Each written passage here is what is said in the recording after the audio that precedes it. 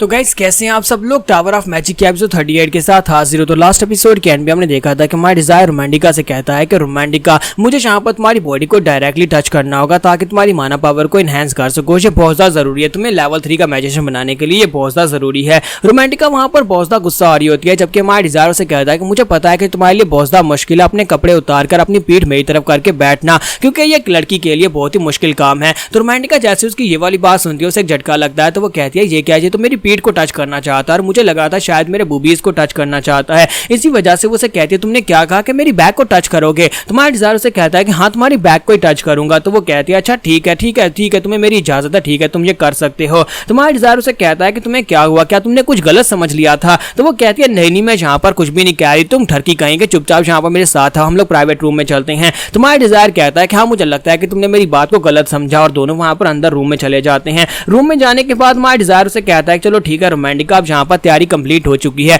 अब तुम यहाँ पर अपने कपड़े उतार सकती हो। तो वो कहती है पहले अपनी आंखें बंद करो। तो हमारा डिजायर दूसरी तरफ घूम जाता है और कहता है कि अच्छा ठीक है अब जल्दी करो, फिर मुझे प्रैम को भी चेक करने के लिए जाना है। तो वो अपने कपड़े उतार कर वहां पर बैठ जाती है और उसे कहती है कि चलो ठीक है अब यहाँ पर जल्दी से इस काम को खत्म करो, कोई इससे पहले कि आकर मुझे इस हालत में देखे। तो फिर साथ ही उसे कहते हैं क्या तुम्हें वाकई में लगता है कि मैं यहाँ पर एक लेवल 3 की मैजिशियन बन जाऊंगी। तुम्हारा डिजायर उसे कहता है कि तुम्हें अपने ऊपर भरोसा रखना चाहिए, असल में तुम यहाँ पर इससे भी ज्यादा काबिल हो और तुम यहाँ पर फ्यूचर में और भी ज्यादा पावरफुल बनोगी। और इसी के साथ ही वो आगे बढ़ता और जाकर उसकी कमर के ऊपर हाथ रखता है। तो वो उसकी कमर के ऊपर अपने दोनों हाथ रखने के बाद से कहता है कि अब मैं यहाँ पर अपनी एनर्जी को तुम्हारी बॉडी के अंदर डालने वाला हूँ, तुम्हें बस यहाँ पर अपनी आंखों को बंद रखना होगा और फोकस करना होगा, तुम्हें जो है जैसे जैसे मैं कहता जाऊंगा बिल्कुल वैसे ही करना होगा। डिजायर जो होता है अपनी माना पावर जो होता है उसकी बॉडी के अंदर डालता है और उसकी माना पावर को एक्टिवेट करवाता है ताकि उसके मैजिक सर्कल को उसकी बॉडी के अंदर इंक्रीज किया जा सके। और इसी के साथ ही माय डिजायर जो होता है वहां पर महसूस करता है कि इसकी बॉडी के अंदर तो बहुत ही जबरदस्त माना की पावर छुपी हुई है, यानी कि उसे पहले से पता है कि ये एक लेवल 6 की मैजिशियन बनेगी, लेकिन फिलहाल के लिए यहाँ पर वो अब लेवल 2 की मैजिशियन है और इससे ऊपर नहीं जा पा रही, तो उसे उसकी मदद करनी पड़ेगी।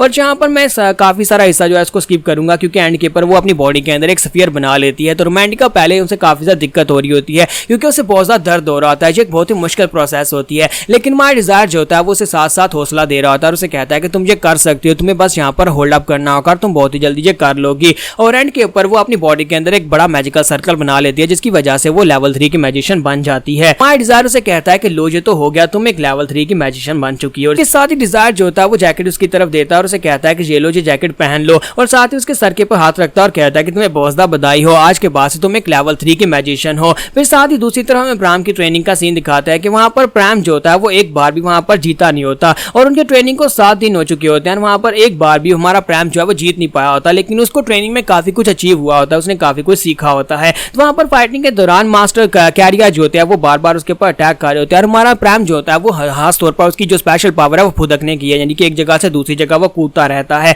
तो इसी के साथ ही वो सोच रहा होता है कि मुझे लगता है कि मुझे यहाँ पर इसके ऊपर अटैक करना शुरू करना चाहिए, मैं अभी तक सिर्फ और सिर्फ इसके अटैक्स को ब्लॉक करने के बारे में सोच रहा था, तो अब मैं यहाँ पर डायरेक्टली इसके ऊपर अटैक करने वाला हूं। जब वो सोच रहा होता है इसी के साथ मिस्टर कार्गा उसके सामने पहुंच जाते हैं और उसे कहते हैं फाइटिंग के दौरान ज्यादा सोचना भी हानिकारक हो सकता है, अगर तुम सोचने बैठ गए और तुम्हारा ओपोनेंट जो है वो तुम्हारे करीब पहुंचा है तो फिर क्या होगा। और अपनी तलवार को घुमाकर जब उसके ऊपर अटैक करते हैं तो हमारा प्लान सोच रहा था कि मुझे यहाँ पर कोई ना कोई प्लान सोचना ही होगा, मुझे इसके अटैक से पहले अपने आप को बचाना है और उसके बाद कुछ ऐसा करूंगा जिससे मैं इसको हरा सकूं। और इसी के साथ हमारा प्राम जो होता है वो जल्दी से घूमकर साइड के ऊपर से निकल जाता है, पीछे की तरफ घूमकर उसके कंधे के ऊपर अटैक करने लगता है ताकि वो सेंसर बोले, लेकिन इससे पहले ही मास्टर कैरिया पीछे की तरफ घूमकर उसके अटैक को अवॉइड कर लेते हैं और कहते हैं तुम्हारे अटैक्स पहले से काफी ज्यादा बेहतर होते जा रहे हैं, तुम तो यहाँ पर मुझे बिल्कुल भी अपॉर्चुनिटी नहीं दे रहे पीछे घूमने की भी, लेकिन फिर भी अभी तुम्हारे अंदर बहुत ज्यादा एक्सपीरियंस की कमी है। और साथ ही मिस्टर कैरिया अंदर ही अंदर सोच रहे होते हैं कि ये लड़का वाकई में बहुत ही महान तलवारबाज बनने के लिए बना है, 7 दिनों में इसने अपने आप को इतना इंप्रूव किया है कि अब यहाँ पर मेरे सामने टिक सकता है, यानी कि मेरे सभी अटैक्स को ब्लॉक करने के लायक हो चुका है,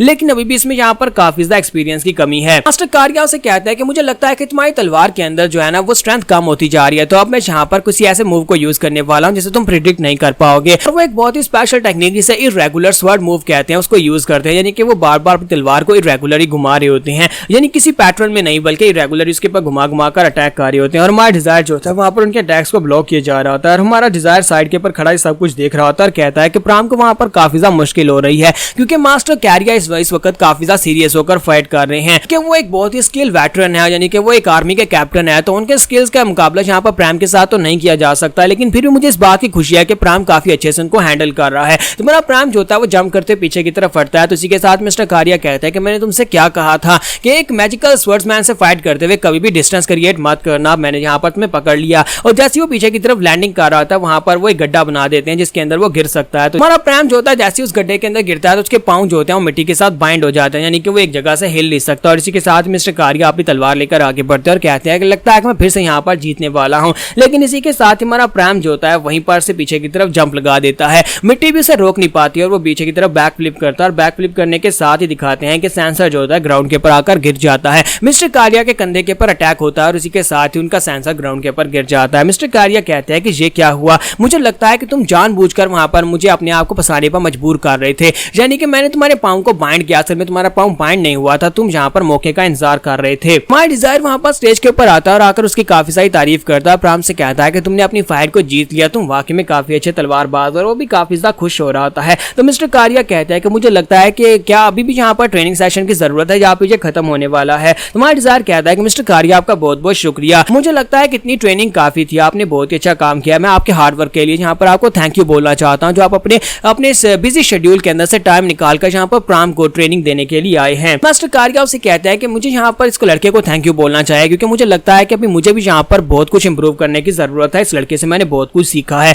और अपना सर झुकाकर वहाँ पर प्राम को थैंक यू बोलते हैं, जबकि प्राम उनसे कहता है कि सर प्लीज ऐसा मत करिए, आप यहाँ पर ये क्या कर रहे हैं, मेरे सामने अपना सर मत झुकाएं। तो इसी के साथ ही नेक्स्ट सीन जो होता है डंजन के ओपन होने से 3 दिन पहले का होता है, जहां पर स्कूल के अंदर यानी हेवरियन एकेडमी के अंदर अनाउंसमेंट की जाती है और उनको बताया जाता है कि आज 17 जुलाई है, 20 जुलाई को डंजन ओपन होगी, उसका दरवाजा ओपन होगा। तो उससे पहले जितनी भी पार्टीज यहाँ पर इस डंजन में हिस्सा लेना चाहती हैं यानी कि डंजन में जाने वाली हैं, वो सभी के लोगों को यहाँ पर इन्फॉर्म किया जाता है कि वो सभी लोग जाकर अपनी ड्रेस कोड को ले लें, यानी कि उन सभी लोगों के लिए dress code tower of magic से बनकर आ चुके हैं। वो सभी पार्टी मेंबर्स जाकर अपने आप को रजिस्टर करवाएं, साथ ही अपनी ड्रेसिंग वहां पर से ले सकते हैं। यहाँ पर डंजन में से पहले इन सभी लोगों को स्पेशल इक्विपमेंट वाली ड्रेसिंग्स दी जाती हैं। तो सभी पार्टी मेंबर्स जो होते हैं वो अपने मुताबिक वहां पर जाकर अपनी यूनिफॉर्म्स के अंदर फेरबदल करवाकर वो यूनिफॉर्म्स बनवा सकते हैं। तो यहीं पर दिखाते हैं कि डोनोवान जो पार्टी का लीडर बन चुका है, तो वो जा रहा था तो पर्सिवाल भी उसके पीछे आ जाता है। तो वो उसे कहता है कि तुम क्या कर रहे हो, तुम मेरे पीछे क्यों आ रहे हो। तो वो कहता है मैं बहुत ज्यादा बोर हो रहा हूँ, मैं भी जाकर अपने क्लोथिंग्स लेने के लिए आ रहा हूँ।